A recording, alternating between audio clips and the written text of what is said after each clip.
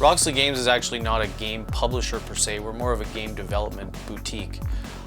We really focus on developing really great games, and we also happen to have the skill set to bring them to market. Companies that we would aspire to be like are companies like Hansum Gluck, or in the United States, Plaid Hat Games. I'm a graphic designer and game designer. I've worked on several projects in a game design capacity, including Jab, Real-Time Boxing, and Super Motherload. In a graphic design capacity, I've worked on quite a few games, including Jab, Undermining, Super Motherload, which is due out in January from Roxley, Eminent Domain, Train of Thought, and Skyline, which are all from Tasty Minstrel Games. Well, we're all first and foremost game designers and developers. We love getting together at least once a week and play testing games. We have a passion for it.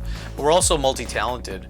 We have, illustrators, graphic designers, videographers, event organizers, and web developers. Well, first and foremost, the game should be innovative. Either the theme or the mechanisms in the game, something about it has to be different. The game should be addictive. We want you to constantly want to play the game. We have the secret desire at Roxley Games to one day create a game that's so addictive that governments all over the world have to create legislation to limit people's ability to play it. The game should be beautiful. As a graphic designer, my threshold for aesthetic quality in a game is massively high. I need everything to be absolutely beautifully polished.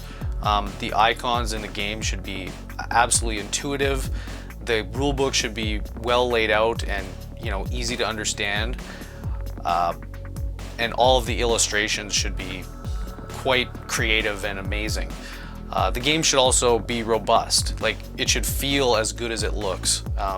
That's why we have some of the best manufacturers in the world working on our games, including the very reputable Panda Games and GPI.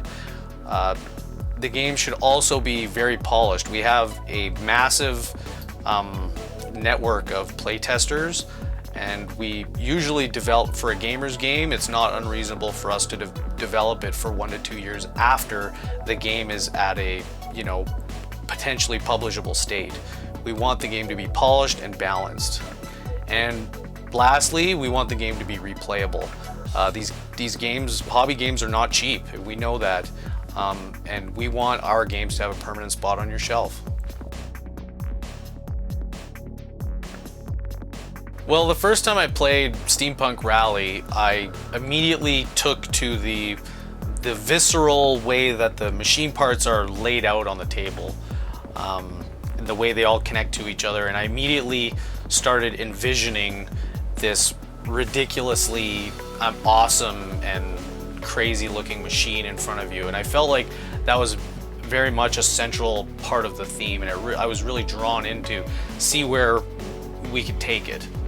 Another thing I loved about it was the simultaneity of the turn resolution allows for a huge amount of gameplay to be packed into 1 hour playtime.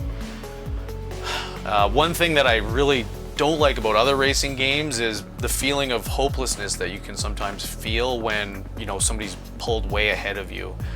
In Steampunk Rally, the boost cards, because they're hidden information and you can play them whenever, and you don't know what other people have, it really takes away that hopelessness, and you really don't know who's going to win until the game is over, and that is something that I absolutely love and I've been waiting for in a racing game.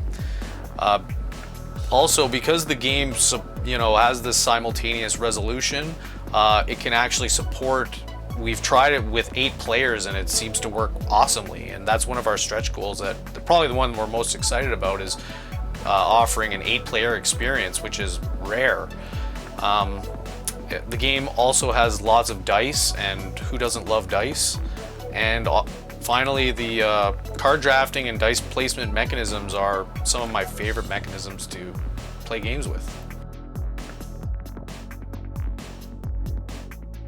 Ever since I had the opportunity to work with Tasty Minstrel Games on their Eminent Domain campaign, I've been absolutely enthralled and intrigued by this concept of engaging the community directly and seeking their feedback. I think it's a great way to make a good game even better.